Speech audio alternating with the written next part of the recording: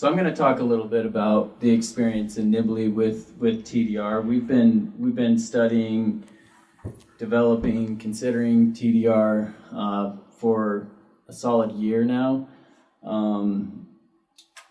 TDR was identified as a strategy in our open space master plan. It's been something the city has looked at as a potential strategy to preserve open space, preserve our rural heritage. You know, Nibley City is a rapidly growing community, as much of the valley is here in Cache Valley and throughout the state. You know, went just within a few decades from a small kind of rural farming community to more of a bedroom suburban community that you know, with many more residents than what, you know, the old timers are used to there. And even for those that, you know, the new residents, one of the things that gravitated them to Nibley was kind of the small town feel, the rural heritage, the big open spaces. And so, you know, TDR's looked at it as a way to, you know, with some trade-offs to potentially preserve those open spaces. So we can advance the slide. So I'm going to talk a little bit about the process that we went through to look to develop a potential, you know, TDR program, which hasn't been adopted yet. I'll go over that. May not be adopted, but we have gone through an extensive process in considering this. And we, you know, with the help of a consultant team and John Jansen was at the helm of that, you know, leading that consultant team. The process that we went through included extensive public engagement. So we engaged not just with residents, but landowners and farmers, developers, to try to understand, you know, where people would like to preserve, if it makes sense, preserve open spaces or recreational areas, if it would make sense and pencil on the developer side, would it be worth it on a landowner side. So a lot of engagement there, different methods we used. The case studies, John mentioned those also informed the development of the TDR ordinance, and you know, all those were in Utah. I won't go over them again. John already mentioned some of those different examples. And then we had Zion's Public Finance on the consultant team who looked at the market and kind of what the tipping point would be for a developer for it to pencil. So how many credits, for example, per acre would need to transfer for it to be worth it on the developer side, and if that would be worth it for the property owners. So that there was some analysis there. Now that said, as we know, the market is ever changing, and at the end of the day, it does take, you know, a voluntary transaction. It's all market based, but we at least wanted to have it grounded in some sense, so that, you know, if adopted, it would be feasible for that transaction to take place. And then, with the help of the consultant, we looked at the sending and receiving areas based on what we heard from the community, and also the city's plans, what was in our general plan, our open space plan. And these areas were refined significantly through the process. There's a lot of different values that were expressed that changed the map as it went through that process. I'll go into a little bit more on the lessons learned, but there wasn't really a lot of consensus on what we wanted, exactly where and exactly what we wanted to preserve. Just a lot of different attributes of things that the community expressed that we're, you know, chasing after there. And then, lastly, drafting the ordinance that's catered to the community and blends with the framework of our ordinance. So we did take a lot of time considering, well, if you can already do one thing in one part of the ordinance, why would you even consider doing utilizing TDR? So for example, we have a cluster subdivision option. So we looked at, okay, what are the trade-offs? Why would anyone go through the hassle of approaching a property owner and transferring TDR credits if they have a more viable option through a cluster subdivision? So we looked at it that way and kind of those trade-offs. So the original ordinance was presented in October, and we've since October, with the Planning Commission, with the City Council, refined the ordinance, considered the ordinance. The Planning Commission ultimately recommended not to approve the TDR ordinance. It's currently being considered by the City Council, and we might know the fate of it tomorrow night when the City Council considers it at their meeting, and see where it heads from there. Or they might continue it again and consider. There's a lot to consider with the TDR ordinance. I'll get a little bit into the lessons learned. If you can advance the slide, Tim. So just some things to consider if you're looking at potentially developing a TDR ordinance.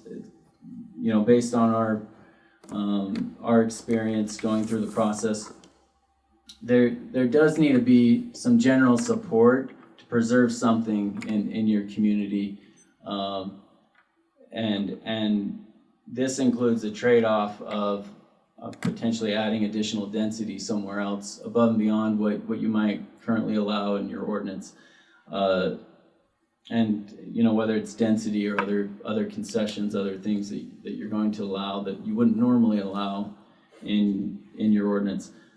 This is something I think that we've struggled with through the process in Nibley, because there's a lot of different things that we'd like to preserve, and if you ask one person, maybe it's the views they want to preserve. If you ask another, we want to have more trail and recreation opportunities, and then another person might say that it's the farmland, it's the agricultural heritage that we're trying to preserve. We found it's difficult at the end of the day to try to accomplish all of that with one tool, with TDR, and so trying to nail that down early in the process, I think could be helpful. And just similarly, the sending and receiving areas, it really should be defined early so everyone can kind of get on the same page on which areas we're okay with more density, which areas would we like to preserve.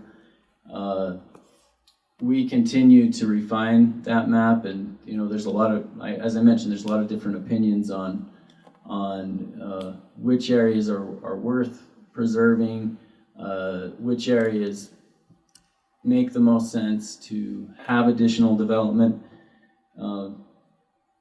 So not only looking at the attributes of those areas, I think that's a good thing to start from, but to nail down the map, because once people see colors on a map, that's when they really start to get emotional, whether it's their own property, or it's their neighbor's property. That's something that I think could be helpful to tease out early in the process. And then also just, defining the scope of the TDR program. What is it you're trying to accomplish with that? That would be something that would be helpful to define early in the process, and potentially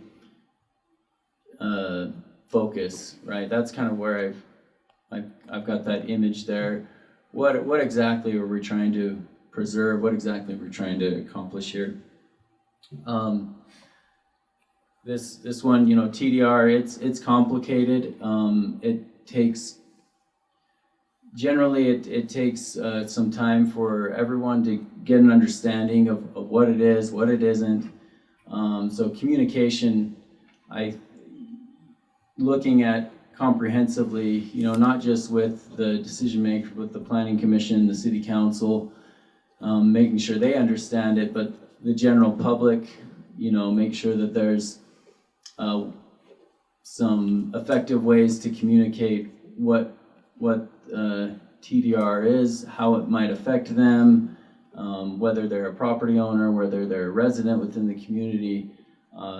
That's something that could be helpful. We did have, you know, a video presentation. We had a website to help people. I've had several, you know, once it started to become more real, going through the process of considering this, and we started to have public hearings on this, I had several, you know, 15 to 30-minute conversations with residents and property owners that were concerned. The reality is you can't do that with everyone. There's not enough hours in the day, but usually through that conversation we had, you know, we were able to resolve a lot of concerns. There may be ways to improve that communication across that broad audience. And then, you know, this last point of the voluntary nature of TDR, we tried to really drive that home through the presentation, but I feel like that becomes a reoccurring concern with you know, everyone involved, with, you know, especially with property owners, with developers, that they don't have to use this as a tool. It is voluntary. So just to effectively kind of harp on that, on that part of what a TDR program is. I think that's all I've got. So. Levi, a question. Yep. Words of wisdom. There we go. Can you tell us what were the major objections of your planning commission, why they voted against this? That's great. I won't call on any specific planning commissioners today, but no, I mean, I think in general, there is a lot of unknowns of what's going to happen, you know, when you pass something like this that could have far-reaching effects across the community. The Nibley City already has some ordinances in place that aim to preserve open space.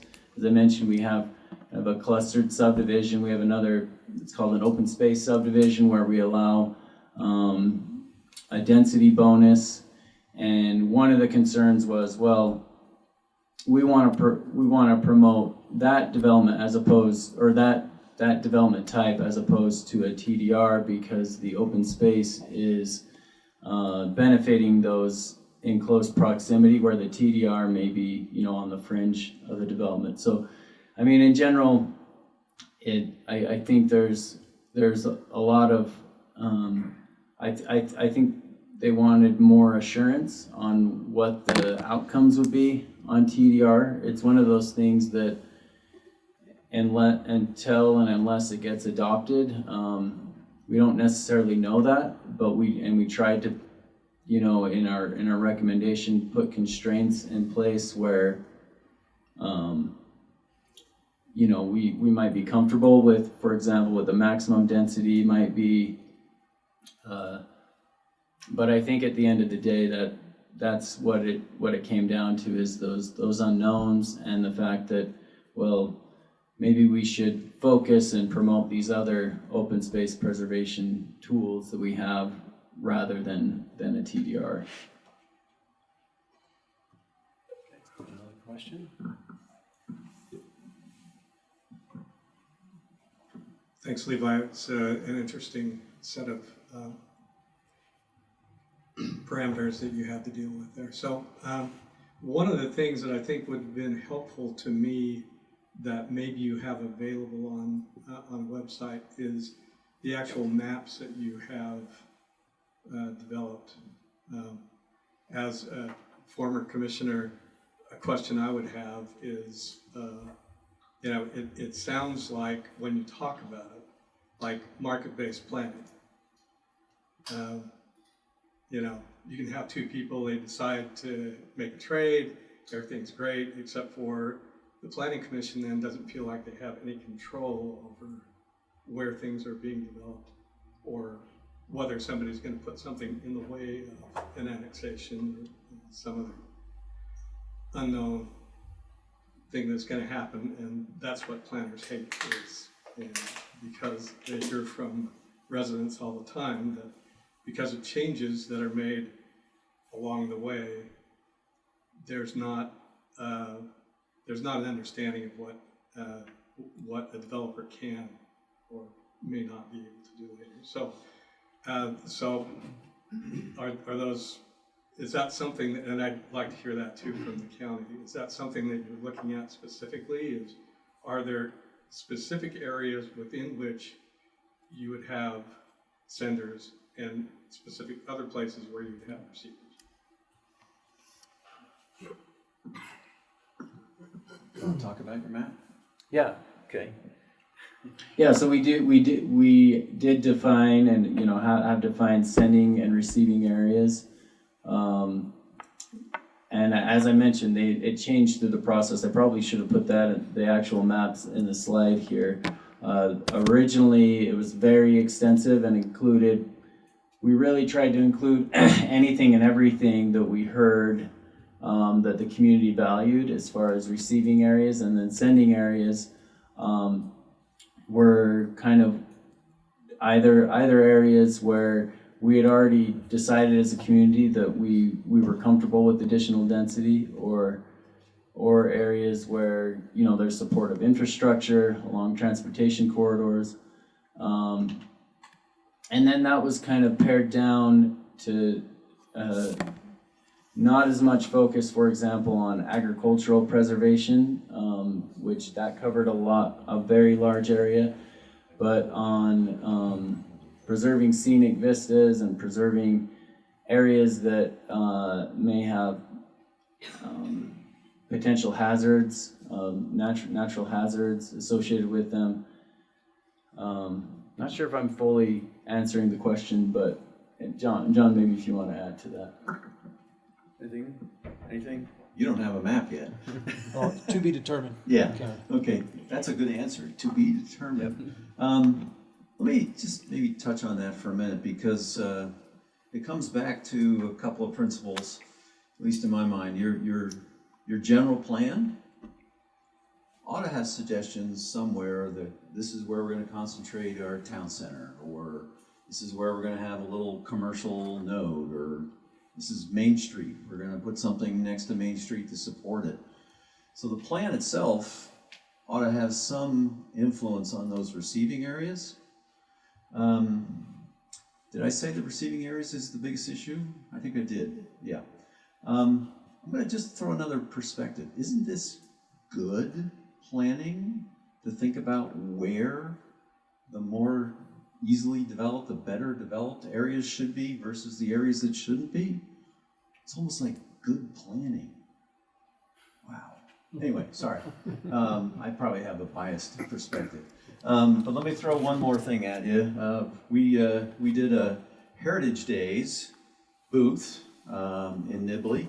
We had little stickers, okay? A poster for a sending area, a poster for a receiving area. We had no trouble getting people to put those stickers on the sending areas. We had a lot of trouble getting people to move over and actually put something on a receiving area. But we forced them to do that. So, the map kind of flowed out of all that. So I think the mapping is a really important step, okay? And it was on the webpage, still there, that kind of thing. Okay, so another question. I appreciate learning more about what's going on here, but I have questions about at what point did the public get involved in this decision-making process? And at what point do they no longer have any input? And also, same with the planning commission or the city council. Because it sounds like once we make our decision, we're doing this, then if a developer gets credits, then it's happening. And there are no more discussions from the public or from the planning commission or the city council. Is that true? And when does that line of communication or voting or input stop? When does that change over to where there's no more decision? Well, part of that depends on how well you want it to work, okay? The state legislature, just gonna toss this in, they've really been encouraging us to get our communication, get our input while we're developing ordinances, and not so much once they're in place, okay? Conditional use theory, okay? 20 years ago, you could deny a conditional use just because you didn't want a 7-Eleven over there, okay? Today, that's not the case, right? If it's allowed in the zone, you shall approve it. You can mitigate any, what's the right term? Something or other impact. Reasonably anticipated detrimental effect. Thank you. There is an attorney in the room. Anyhow, yeah, you could do that, but what does that really mean? It's some minor mitigation, and you have to allow it, okay? So, in this case, developing the ordinance is when you want that input. You want as much as you can do. I mean, we took 6 months, okay, to get through that, and maybe never get through it. But nevertheless, that's when that input happens. If you want it to be really effective, it's more of a site planning process once they get those credits and bring them to that receiving area, okay? If you're wanting to say no at that point, there's a problem, okay? That developer's not going to engage in that process if he's not going to have some guarantees. Does that make sense? It sort of does, but if a decision's made, I mean, we recently had a situation where a decision was made, zoning was set up, and then there's a referendum that said, no, we don't want to do that. 80% of the people voted no, and overturned that, and you know, I would assume that that's not an option in a case like this. Is that true? Citizens don't have an option to have a referendum and say, So a referendum on the ordinance adoption would be a possibility. Once it was in place for a while, I'd say no, but maybe Craig will agree or disagree. He agrees, okay. So while that ordinance is going through that process and you've adopted it, somebody wants to do a referendum on it, yes. But once it's been established for months, years, whatever it might be, then the ordinance prevails at that point, okay? And you know, and I know that may bother you, but as I said, as much as somebody else. well, the real point is that because of a lot of the state laws that have changed, all of that kind of stuff has changed too, okay? So, I forget, are we doing a referendum one sometime? Yes, we are. And not me as a we, but you as a we, so there we go. Okay, other questions? Larry? John, I never want to argue with you, you know that, right? But let me offer a surprising and somewhat ironic point of view from watching this process in Nibley. And as Levi mentioned, it's still going on in front of our city council. We reached out on more public notification through the planning commission process than anything we've ever done before in Nibley for the last 25 years, by at least a factor of 10. And that's because when the planning commission was refining the map, putting green on sending areas and red on receiving areas, that pretty much included everyone in Nibley City that would be noticed that there was a public hearing to hear about this proposed ordinance. Not only that, we also identified areas outside of Nibley City that were currently in the unincorporated part of the county that were within our annexation plan.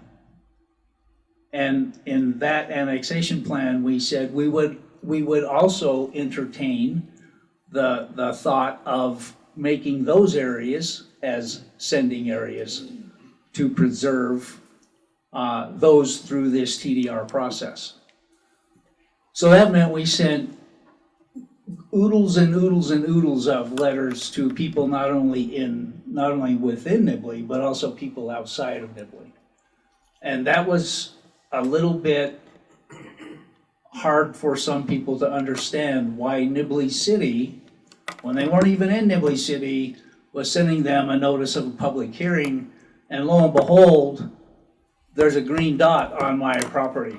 And we all have a healthy mistrust for government, maybe more so than in Nibley than other places, I'm not sure. But that got people very interested in this process. And of course, we would try to explain that, number one, it would be a voluntary effort unless they got drug in by a whole bunch of other landowners. It would be a voluntary decision on their part to, number one, annex into Nibley, and then number two, decide to become a sending area once they had annexed. So despite what Tim talked about with an interlocal agreement, we have at least limited the draft ordinance in Nibley to sending areas must be in Nibley and receiving areas must be in Nibley. So that definitely got a lot of people's attention. And the thing that was surprising to me, John, was I spoke to many, many, many more people, and we heard many, many, many more comments in the two huge public hearings that the Planning Commission held from people in sending areas not liking the idea, instead of people that were located next to a receiving area. And it's probably about 50-1 in terms of public comment. And there was one guy that said, wait a minute, I don't want to be next to that receiving area. And everyone else that talked to me was saying, I don't want to be a sending area. And it's a completely voluntary process. And so now our city council is trying to wrestle with the idea, if it's voluntary and if they tell us they don't want to be a sending area, should we just take the green dot off the map now? Or should we leave it on and leave it as a possibility for them if they change their mind? But I heard way more, Levi, nod your head, yes, way more people from sending areas not wanting to be a part of it than from living next to a receiving area. And maybe we didn't message it right, I'm not sure, but that was a surprise to me. Yeah. Yeah, I think the communication on that part is tough, yes. But I can understand that. Down in Spanish Fork, where they're trying to do this preserving the river bottoms area. Yep, Wendy's still coming up. You didn't want me to read your sign, I know. But in Spanish Fork, it just was clear that folks didn't understand the voluntary nature. Even if you have the dot, doesn't mean you have to participate, right? So anyway, but I think that's interesting that it was a tougher piece of this. So we have a question on that side and a question from chat. Okay. And how are we doing on time? So this comment in the chat is the threshold for referenda is about to change with a bill in the legislature that would eliminate them when a land use regulation receives a 2/3 vote from the legislative body, city council, and planning commission. And I should add that that's SB 199 and it passed the Senate and it's in the House Rules Committee. Referendums. It's another topic for another day, but I think that's a big one. It's an interesting thing. Legislature's getting much more involved than they used to. Can you talk a little bit about how you work out the long-term funding of a conservation easement if you establish one, especially for, say, like a recreational area? So would it be okay if I just said that's a great segue for Wendy, let's skip my slide, then we'll come back to that. And, okay, Just one sorry. question before we move on. Yeah. So, sorry, can you help me out? Thanks. I'm wondering if there has ever been, when a sending area sells a TDR to a receiving area, if there's ever been an exaction on the sending area so if you have like a requirement in your general plan and they're losing the opportunity to develop on that property, but say in the general plan, there's a trail that goes through that sending area. If at the time of sale of those TDRs that the developer that's receiving the TDRs can be required to construct that trail on the sending area based on a requirement in the general plan.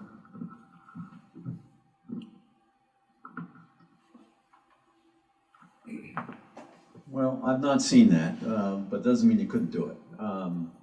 I think you could also provide some extra credits for doing the trail that could be kind of earmarked for that recreation purpose. But there's a lot of nuances you could throw in, but how much you want to do is another question. So that's a good one.